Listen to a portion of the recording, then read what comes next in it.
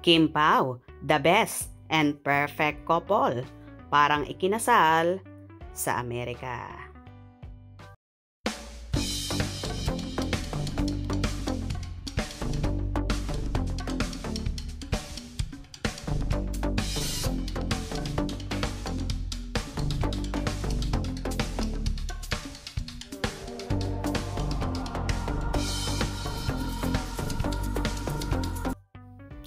Super kilig ang mga netizens sa latest photo ni Kim Chiu at Paolo Avellino. Sa bagong photo ng dalawa, makikitang nakasuot sila ng formal outfit. Dahil dito, iniintriga at sa tingin ng mga netizen ay tila ikinasal na ang dalawa dahil sa kanilang kasuotan. Parang bagong kasal, ang ganda tingnan. Mr. and Mrs. Avellino, hehehehe, charot lang, ang ganda-ganda-ganda mo. At Chinita Princess at ang gwapo ni Sir at Pao Avellino. Perfect couple talaga. Parang ikakasal ka na, Kimi. Ikinasal na po sila sa US. Kainis.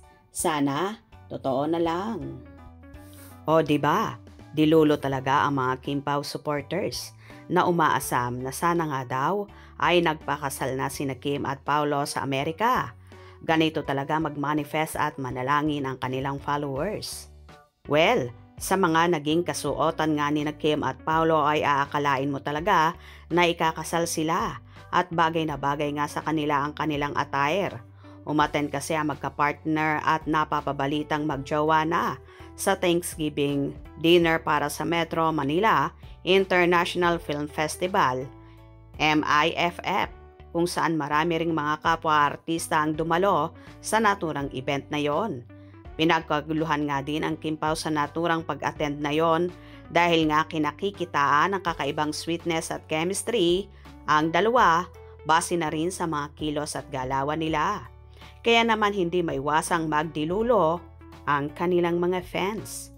Anyway, umaasa naman ang Kim Pao na susuportahan sila at tatangkilikin ng ating mga kababayan abroad ang first rom-com movie nila, ang My Love Will Make You Disappear, na ipalalabas na sa darating na March 26, 2025 at March 28, 2025 naman sa US at Canada at sa iba pang bansa.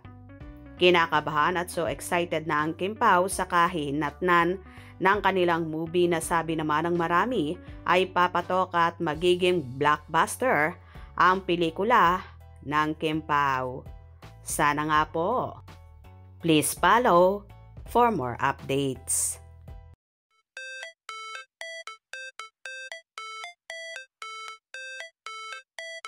How it's supposed to